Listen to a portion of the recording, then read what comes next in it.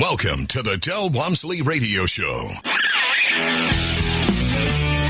Del challenges the status quo, questions everything, and empowers you to return to your core beliefs to make your life better. If you're ready to hear the truth and get your roadmap to the lifestyle you really want, the next hour will change your life. And now, your host, self-made millionaire, national award-winning investor of the year, CEO and founder of Lifestyles Unlimited, Del Walmsley. Welcome to the Del Walmsley Radio Show, where the hype ends and the help begins. I'm your host, Del Walmsley, and as always, we're working on your financial freedom. Today is Tell Del Tuesday, and as usual, we have one of the Lifestyles members come on and tell their story. The reason behind doing this is because I believe that, and have believed it for the 20-plus years we've been on the radio, is that hearing what I have to say may be interesting, but it may not hit home to you. I believe that 10% of the people listen to what I say, believe what I say. But if you hear somebody like yourself, it is going to make a lot more sense and probably give you a lot more information you need to take the next steps in your life. So with me today here is a lady that has become a real estate investor after being a real estate agent and has gone on to be an ambassador in Nashville, Tennessee. So with us today is Cindy Bullock. Cindy, welcome to the show. Thank you. Thanks for having me. So you're a relatively new member with us. You joined up back in 2019, I believe? That's right. I joined, actually it was I drove down to Atlanta in October of last year. And I joined that very day. Now, you heard of us from other members, right? Yes, it's a funny story. You have a preferred member that was moving to Tennessee from Texas, and they were looking for a house, so I became their real estate agent, helping them find a house here in the area. And as things went on, our relationship grew with a friendship that we began to trust each other like you do when you get along with people. And I started questioning what they did, or just out of curiosity, what they did for a living that was bringing them out here. And they said, "Well, we're investors," and it was, a little bit of a. No, I wouldn't say they didn't want to seem like they were pushing on me, so I just started asking them, about Del Walmsley, your show, your philosophy, the group. And his wife, Claire, started sending me articles to read. And one day I just said, "Hey, do you guys have a minute? I want to know more about this." Well, that's interesting because they had just passed over the concept in life, which is one of what we joyfully call Delisms. In other words, little quips that I put out there that sort of direct our ideals. And one of them was invest where you should and live where you want. And they had just made that decision to go live where they wanted. And so they must have been interesting to talk to because they were making a massive change in their life. Just to come out to Tennessee. Right. And that's what piqued my interest. I actually lived in Texas for a long time, so I was curious what was bringing them here. And knowing, being in the real estate industry, I knew that I didn't want to be a realtor forever, but that investing would be great to do. And when they told me that's what they did, that obviously piqued my interest in asking more questions. Well, I've got two major questions that I'm going to direct your way during this show. And I want to get these points across because I think you can level the playing field much better than I can in the information along these lines. First one is, in my 30-plus years, or actually, I'm 64 years old. I've known this for 50 years because it happened in corporate America, too. When a person was a salesperson, it became very, very difficult for them to be an investor person. In other words, if you're the kind of person who likes to live or likes to eat what you kill, in other words, every time I make more money, I get to do more stuff and have more stuff. And I would never think of, if I can go sell a house and make $10,000 commission, why would I put $10,000 into a house that makes me $200? How could $200 ever get me excited? It never would, because I'm going to go get another $10,000. And so you're always about selling them, not buying them. And if you were to buy one, there'd be one less you could sell, et cetera, et cetera. That's what I found to be true with many, not all, but many real estate agents that go into being an agent before they go into being an investor, because that was really the personality in the first place. So how do you see that statement? Because you didn't, you've come the other direction. So first of all, have you seen people like that? Do you know what I'm talking about? Oh, absolutely. Absolutely. Most of us are that way. Okay, I just want to make this point that most real estate agents that I ever introduce investing to do not like the idea for one reason or another. One of them is who say, we're going to go buy a deal for nothing down. They go, there's no such thing, because they don't know how to do it or can't do it or whatever, or don't want to look for it because maybe there's only one after you look at 100, right, type of thing. So what do you say about that to other agents out there that are just in that mindset? Well, I think what we do is we get caught up in thinking that that's the only way to make money is to sell it, and or help your client buy a property, because the commission is great right there, but what they forget is all the expenses and the taxes, and by the time that you put into it, if you really were to look at the net profit of that, you're really not that far apart than if you had a longer tangible asset that's going to continue to appreciate. And then if you turn around and sell it at some given point when the timing is right, then you're actually, in the end, going to make more than Absolutely. what you did off of that one sale. And then you get caught up in that one sale, and you're spending because you have 15 to 20 clients or more that you're trying to juggle.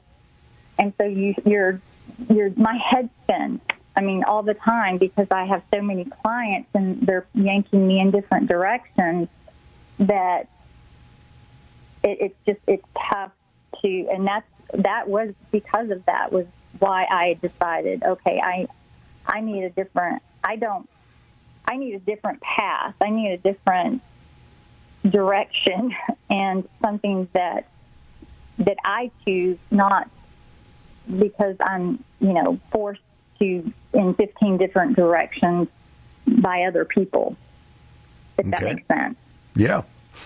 So it's hard to break out of that sale commission cycle is what you're basically saying.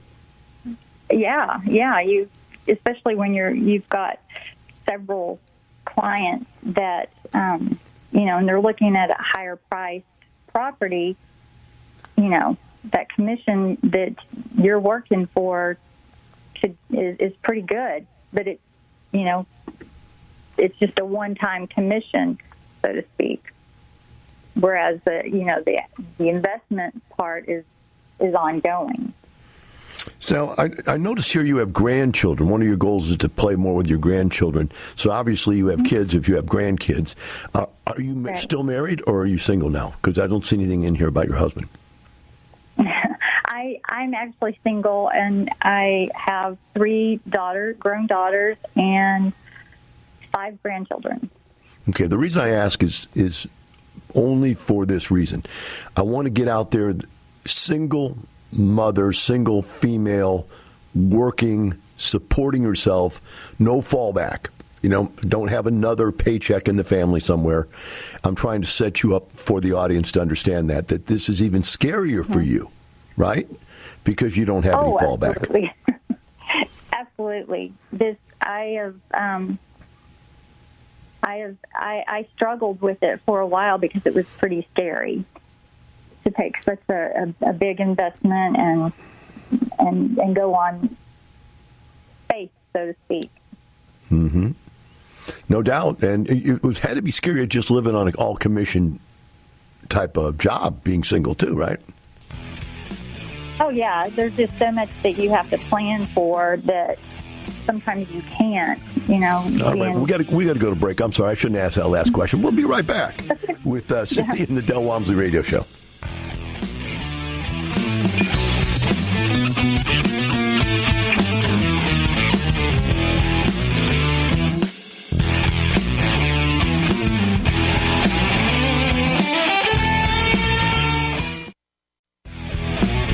Welcome back. Now here's some more unconventional wisdom to set you free from the man on a mission to retire America, one person at a time, Del Walmsley. Welcome back to the Del Walmsley Radio Show. Today on Tell Del, we have Cindy Bullock out of Nashville, Tennessee. And Cindy was... we were lucky enough to have find Cindy through one of our members that moved out to Nashville, Tennessee, and she helped them buy a house. But as doing that as a realtor, she got interested in what they were doing. So as Claire started feeding you with information, I know Claire's quite the educational person, because that's what she does for us. As she started feeding you information, did you? I know you said you started with a friendship and then started learning it, but was there any skepticism behind the whole thing? Didn't it seem just too good to be true? You know, it did. What was difficult was getting my head wrapped around how they could do this for a living and live well. And I kept watching the clips that she would send me, and then I started Googling, and I'm like, okay, how does this work?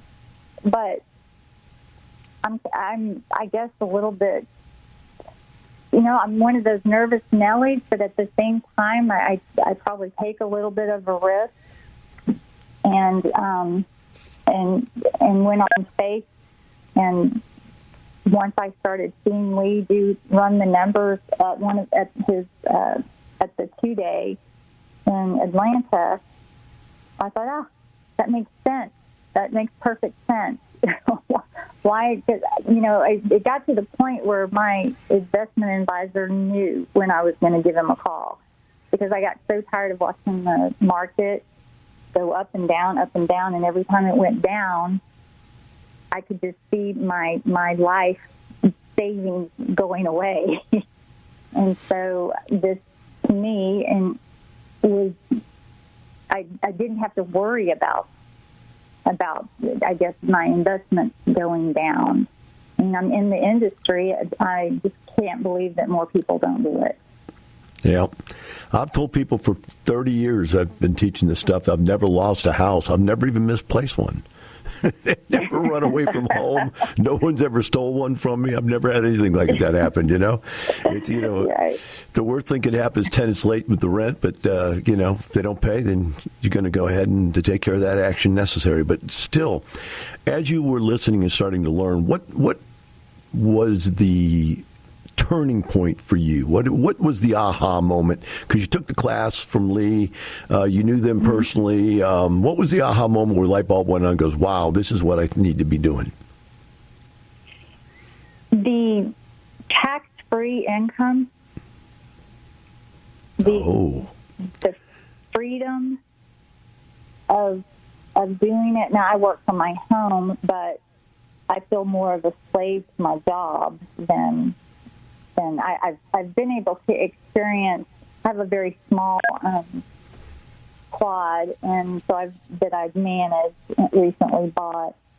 I've been able to experience that being a landlord, although it can be trying and difficult and all of those things, I don't feel like I'm a slave to it, and it does allow a little bit more freedom and income. But it's pretty good. So I when he started, I was already worried. Back to the investments, I was already worried about always watching the market, and my better half, we're not married, but my better half kept telling me, if this is what you like, and you're liking what you're hearing Lee say, just do it, because you're always going to second guess.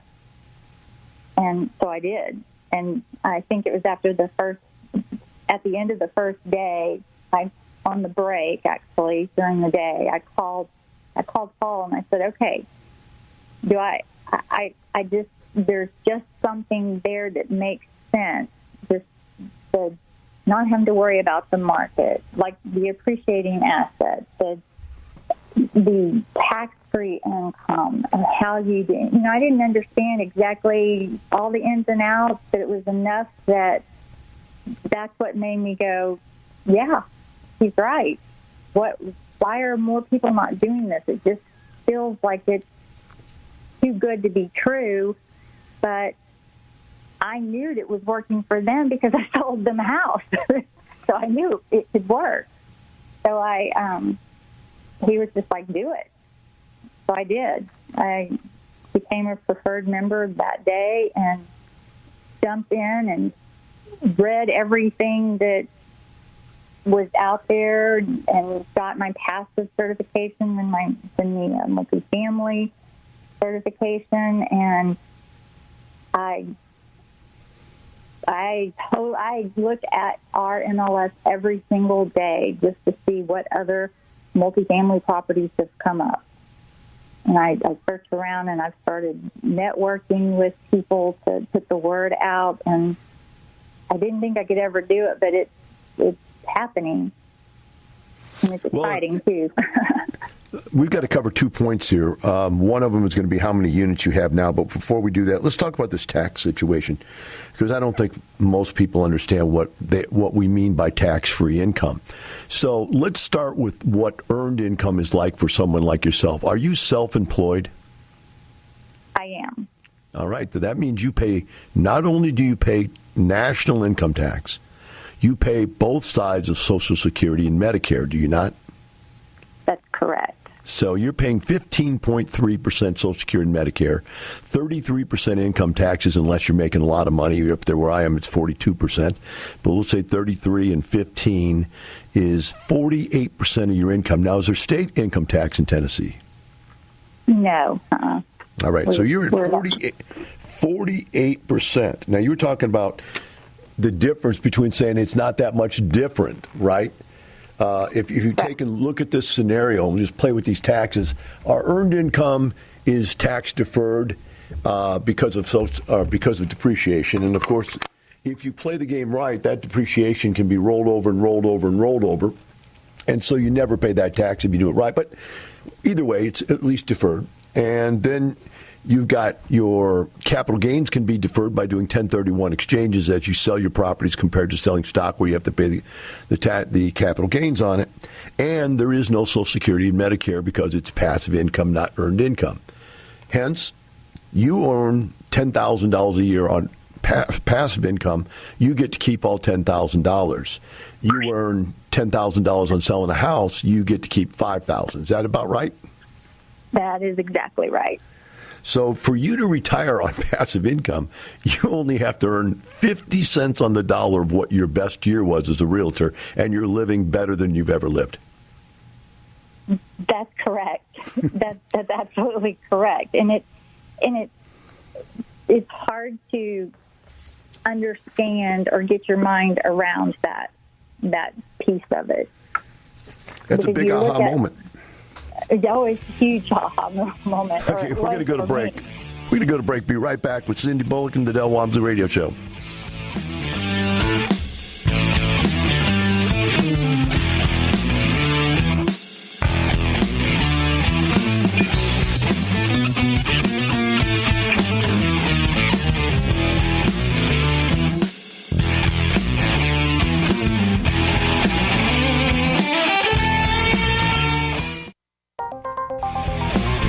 Welcome back. Now here's some more unconventional wisdom to set you free from the man on a mission to retire America, one person at a time, Del Walmsley.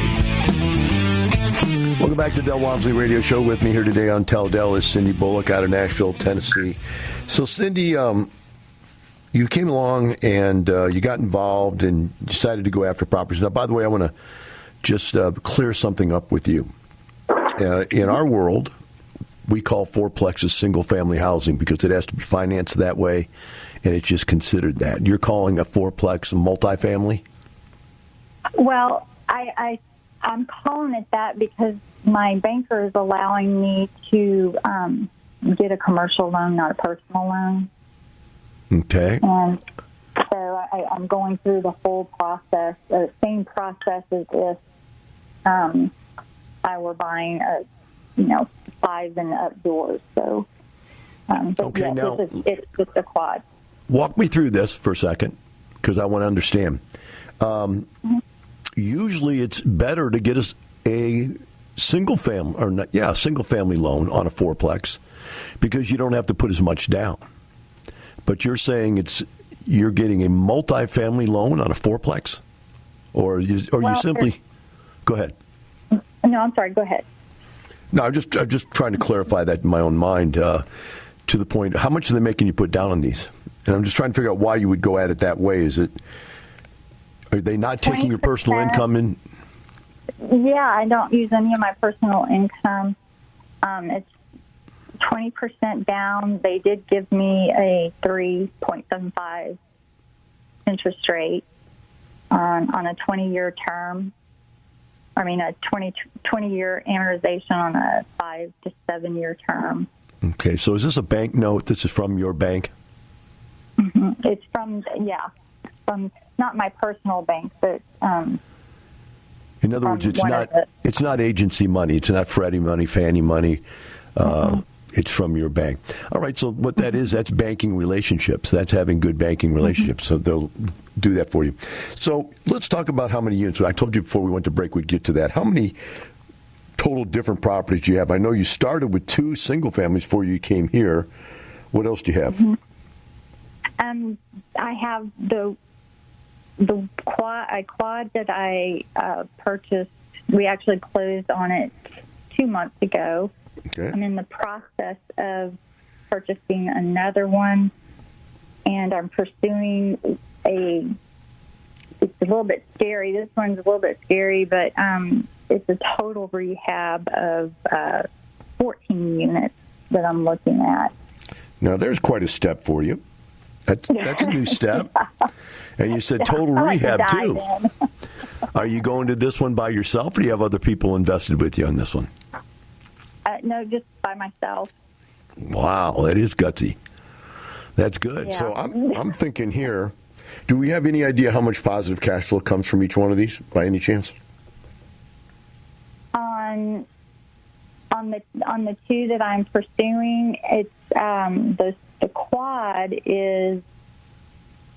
Let's see. I think if I remember correctly, the net cash flow was about 10 to 12%, and then of course, now I'm just in the due diligence part of the total rehab. I'm waiting on some quotes because it's a total gut. So I won't know on that one. That's too complicated of a question for you. What I was trying to get to, and I'll just make numbers up, okay? Mm-hmm. The 2 you bought before you were a Lifestyles member, did you buy those with positive cash flow? Yes. I made the mistake of not doing what I've learned is the best way to do it. I paid cash for them. Wow. So now I'm in the process of doing a HELOC on them. Okay. So those 2 houses should give you enough money to be able to buy the 14 unit then, huh? Correct. All right. I think so. They're because I don't owe on them right now, everything is profit, so to speak, or cash. And so I have a little more cash to mess with. But when I go to do the HELOC, that big lump sum, that will allow me to pay for the rehab and the building. Okay. So you're moving along here, and you're doing 2 things that I think are the right thing to do. Number one, you went from single family to a fourplex. I did the same thing. And then from 4-plex to a 14 unit, I did similar. I went from a 4-plex to a 10 unit, I think was my first small apartment complex, et cetera, et cetera. So you're doing all the right things. As you look back at this now, it looks like you're well on your way. Let's talk about the other aspect of this social aspect of this group. And you have only been a member for 3 months before COVID has destroyed the social aspect of us being able to get together and spend time together and network together and party together and do all the stuff that we normally do. Have you yet to make connections in the group? And I know you said you decided to be an ambassador because you lived in Nashville. That they didn't have an ambassador there. Tell us about first of all, your belief system about networking and lifestyles and the people that are there, and your growth and processing of that through your membership so far, about October of 19. That's been a little bit challenging. Because we were meeting every once a month at a local restaurant, and that was going well, where we could discuss, and I've met some great people there. So what I've done with that is just tried to stay in touch with those people through email or phone calls, texting, that kind of thing. We actually, more recently, and this is, I think, something relatively new, or that I'm new to, and that is I've allowed my email to be, published so that any new members can contact me. And I'm starting to see a lot of growth with our membership out here. And so I've spoken to several of them over the phone and or email. And so we're working it that way. But now we have one of our members who has agreed to host our first monthly face-to-face meeting this upcoming month. So that it was a bit of a challenge in that I didn't really, because I don't know anybody. In lifetime, of only the people I met at the 2 days. So it was a little difficult. But, we do the as ambassadors. We have calls, and I've been able to listen and hear what other ambassadors are doing for their areas, and whatnot. So yeah, that was challenging. I felt a little helpless because I didn't really know what to do. But did you guys try any Skype meetings and stuff like that? Because some of the ambassadors were doing Skype meetings with their groups, or did you get involved in any of our national meetings over Skype? I only did, we did some, I guess, I thought it was Zoom, but maybe it was Skype. I did some of those calls, and that was nice. It was good to hear other people and see, it's nice to see that, not nice that people are nervous or especially the newer people, the newer members. It's just nice to know that your feelings are justified, and that most people go into this, or not all, but some people go into this and they don't know what they're doing. They're just trying, and they're knowing they need to do something different for their life, to change their life. They don't know exactly what it is, and being able to have a group to lean on and to ask questions. And one of my first passive investing opportunities, the lead on that, and this is kind of stepping outside of what you were asking me, but the lead on that project was so extremely helpful, and just reassuring me that we all go into this a little bit blind, a little bit uneasy, not knowing what to do. So that was nice, and hearing the other ambassadors and what their areas are facing and the challenges that they've come up against, and trying to learn the regulations that All right, well, we're going to have to cut you off right there. We got to go to break, Cindy. We'll be right back with Cindy Bullock and the Del Walmsley Radio Show.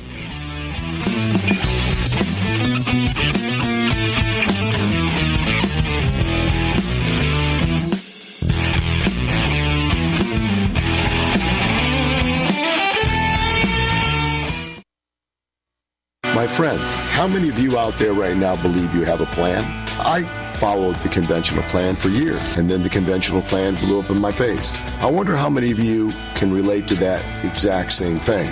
The real question is, how many of you have actually figured out how to turn that thing around and make it happen? Do you have a plan? Lifestyles Unlimited has one for you. It's worked for countless others. Retire in 5 years or less. Come learn more. Join us for our live online workshop. Register at lifestylesunlimitedworkshop.com. Del Walmsley on having a plan. The year I got cancer and could not work for 8 months, I lost 50 pounds. I want to tell you that I made $4 million that year. I made more that year than any year I'd ever made previous to that in my life. And I'm not telling you that to impress you. I'm telling you that to impress upon you. I didn't go to work for 8 months. That's a plan. Create your plan at Lifestyles Unlimited's live online free workshop.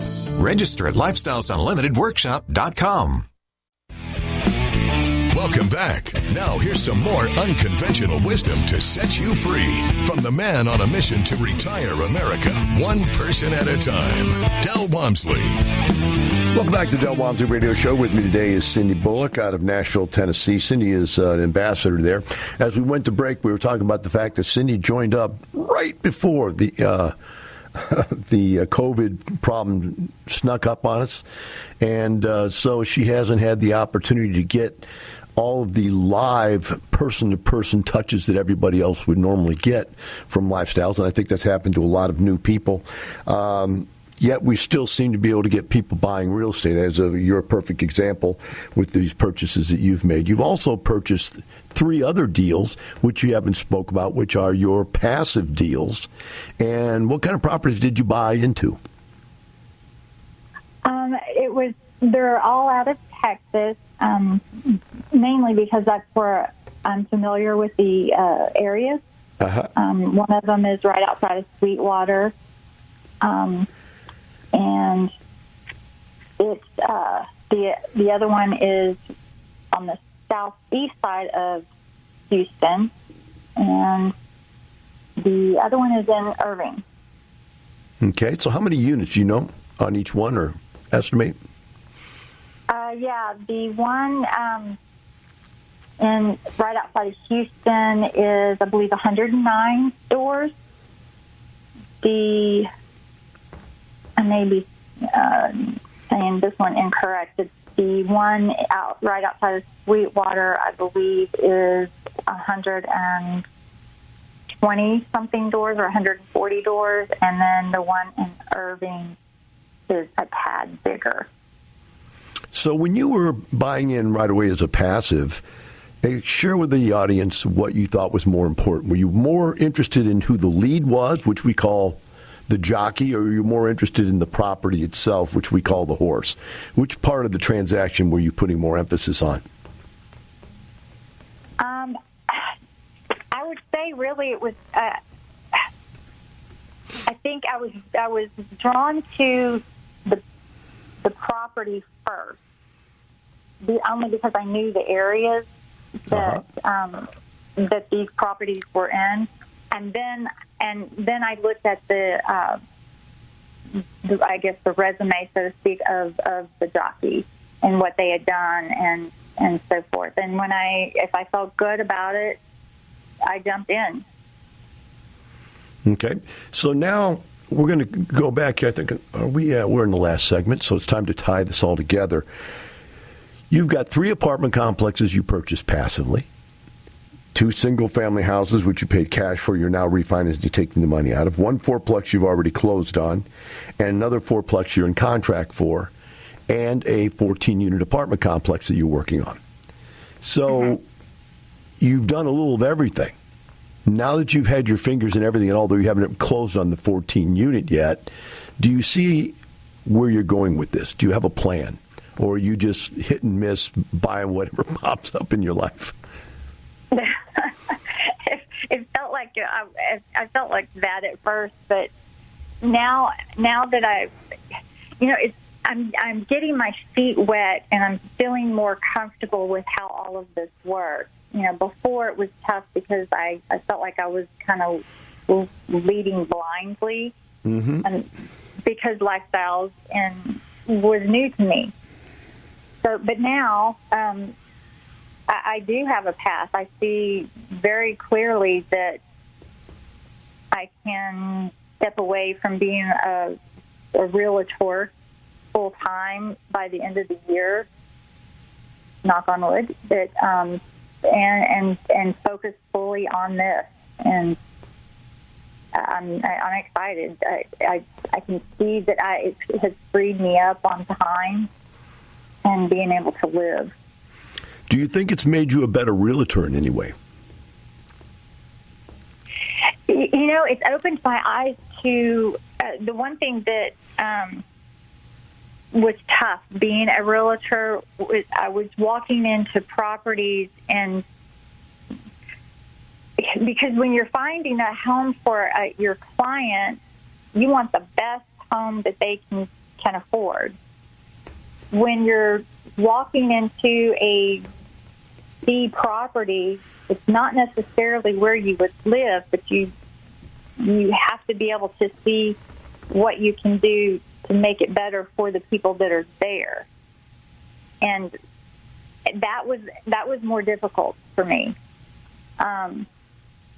But now putting that together, it's allowed me to take a property that a client may not have a multi-million-dollar budget.